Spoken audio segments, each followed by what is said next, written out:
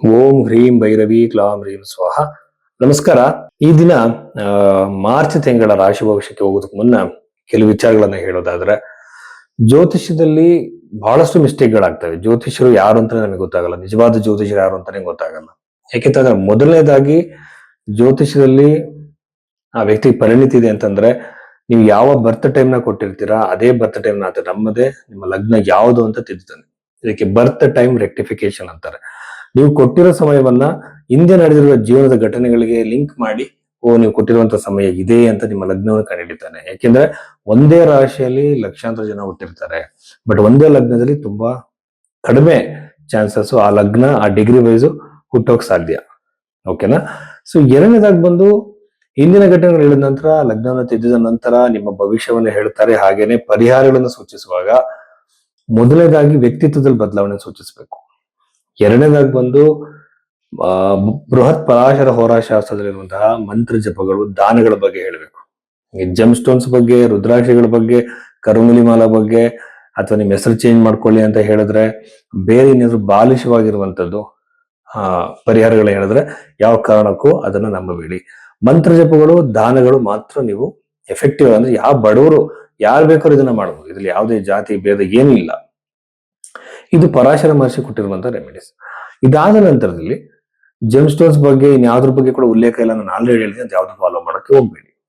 ಇಷ್ಟ ಆದ ನಂತರ ನಿಮ್ಮ ಡೆಸ್ಟಿನಿಯಲ್ಲಿ ಎಲ್ಲದನ್ನು ಚೇಂಜ್ ಮಾಡಕ್ ಸಾಧ್ಯ ಇಲ್ಲ. ಈಗ ಕೆಲವು ಘಟನೆಗಳನ್ನು ಚೇಂಜ್ ಮಾಡಬಹುದು. ಇದರಲ್ಲಿ ಪ್ರಾರಬ್ಧ, ಸಂಚಿತ, ಕ್ರಿಯಾಮಾನ ಕರ್ಮ ಅಂತ, ಅದರಲ್ಲಿ ದೃಢ ಕರ್ಮ ಅಂತೆಲ್ಲ ಇದೆ. ಸೊ ಇದು ಡೀಪರ್ ಸಬ್ಜೆಕ್ಟ್.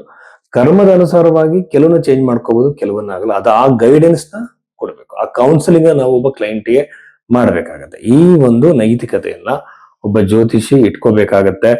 ಸೊ ಆ ರೀತಿ ಇಟ್ಕೊಂಡಾಗ ಮಾತ್ರ ನಮ್ಮ ಹತ್ರ ಬಂದಂತಹ ಒಬ್ಬ ವ್ಯಕ್ತಿಗೆ ನಾವು ಸರಿಯಾಗಿರೋ ಮಾರ್ಗದರ್ಶನ ನೀಡಬಹುದು. ಸುಮ್ಮನೆ ಅವರು ಸಂಪಾದನೆಗೋಸ್ಕರ ಇನ್ನೊಂದಕ್ಕೋಸ್ಕರ ಎದುರಿಸಿ ಹಣ ತಗೊಂಡ್ರೆ ತಪ್ಪಾಗುತ್ತೆ. ಸೊ ಇದು ಬಹಳ ಮುಖ್ಯ. ಜೊತೆಯಲ್ಲಿ ಪೂಜೆಗಳ ಬಗ್ಗೆ ಜನಗಳಿಗೂ ಗೌರವ ಇರಬೇಕಾಗತ್ತೆ. ಅದೊಂದು ದೊಡ್ಡ ಸಬ್ಜೆಕ್ಟ್, ಇನ್ನೊಂದ್ಸಲ ಮಾತಾಡೋಣ. ಬಟ್ ಜ್ಯೋತಿಷ ಅಂದ್ರೆ ಏನು ಅಂತ ಜನರಲ್ಲಿ ಗೊತ್ತಿರಬೇಕು. ತುಂಬಾ ಜನ ಹೇಳ್ತಾರೆ, ಸರ್ ಜ್ಯೋತಿಷ ನೀವೇಗೆ ನೋಡ್ತೀರ ಅಂತ. ನಾನು ಲಗ್ನವನ್ನ ಫಸ್ಟ್ ಚೇಂಜ್ ಮಾಡ್ತೀನಿ, ಮಿಸ್ಟೇಕ್ ಇದ್ರೆ. ಅನಂತರದಲ್ಲಿ ಡಿವಿಷನಲ್ ಚಾರ್ಟ್ಸ್ ಅಲ್ಲಿ ಈಗ ಚತುರ್ಥಾಂಶ, ನವಾಂಶದವರು ಬದಲಾವಣೆ ಮಾಡಿ ಹಸ್ತರೇಖೆ, ಈ ಹಸ್ತರೇಖೆಯಲ್ಲಿ ನಾಡಿ ಹಸ್ತರೇಖೆ ಪ್ರಕಾರವಾಗಿ ಅವರ ಒಂದು ಜಾತಕಕ್ಕೆ ಟೈಮಿಂಗ್ಗೆ ಅದನ್ನ ಮ್ಯಾಚ್ ಮಾಡಿ ಪ್ರಶ್ನೆ ಕೊಂಡಲ್ಲಿ, ಇದರಲ್ಲಿ ಹೋರಾರಿ ಆಸ್ಟ್ರಾಲಜಿ ಅಂತಾರೆ, ಪ್ರಶ್ನೆ ಕೊಂಡಲ್ಲಿ ಮೂರನ್ನು ಟ್ಯಾಲಿ ಮಾಡಿ, ಮೂರನ್ನು ಕೂಡ ಇಂಡಿಕೇಶನ್ ಇರುವಂತಹ ಘಟನೆಯನ್ನು ನಾನು ಅವ್ರಿಗೆ ಹೇಳ್ತೀನಿ. ಅವಾಗ ಖಂಡಿತವಾಗಲೂ ಆ ಘಟನೆ ನಡೆಯುತ್ತೆ. ಜ್ಯೋತಿಷದ ಬಗ್ಗೆನೂ ನಂಬಿಕೆ ಬರುತ್ತೆ. ಸೊ ಈ ರೀತಿ ಜಾತಕವನ್ನು ನೋಡ್ಲಿಕ್ಕೆ ನೀವು ಭೈರವಿ ಆಸ್ಟ್ರೋದಲ್ಲಿ ನಿಮ್ಮ ಕನ್ಸಲ್ಟೇಷನ್ ಬುಕ್ ಮಾಡಿ.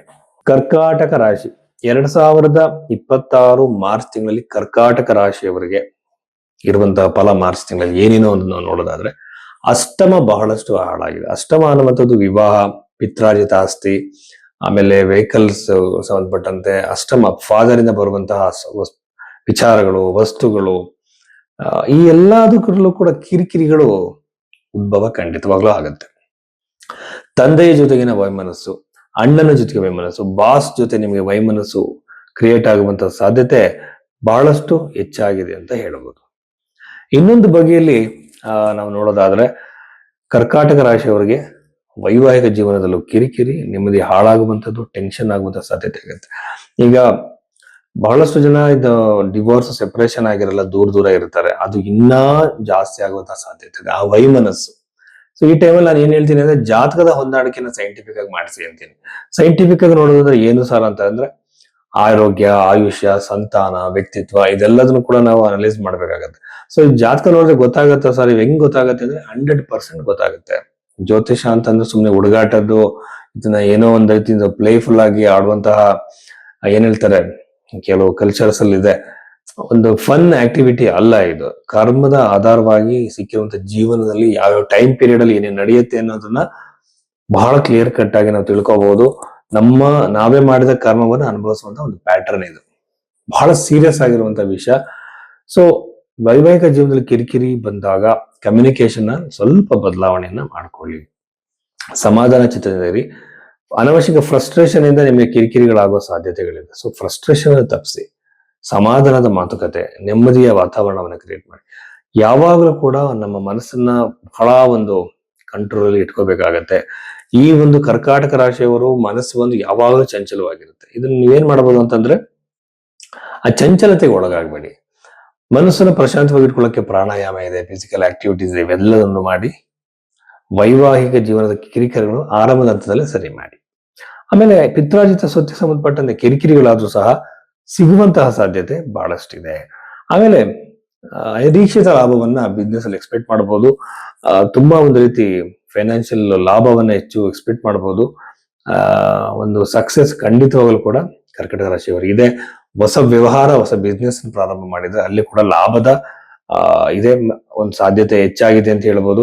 ಉದ್ಯೋಗಾಕಾಂಕ್ಷಿಗಳಿಗೆ ಹೊಸ ಉದ್ಯೋಗ ಪ್ರಾಪ್ತಿ, ನೆಮ್ಮದಿಯ ವಾತಾವರಣ ಇವೆಲ್ಲ ಕೂಡ ಪ್ರಾಪ್ತಿಯಾಗುವಂತಹ ಸಾಧ್ಯತೆಗಳು ಬಹಳ ಹೆಚ್ಚು. ಬಟ್ ಕುಜಗ್ರಹ ದಶಮಾಧಿಪತಿಯಾಗಿ ಸ್ವಲ್ಪ ದಿನದಿಂದ ಮೂವ್ಮೆಂಟ್ ಆಗಬೇಕು.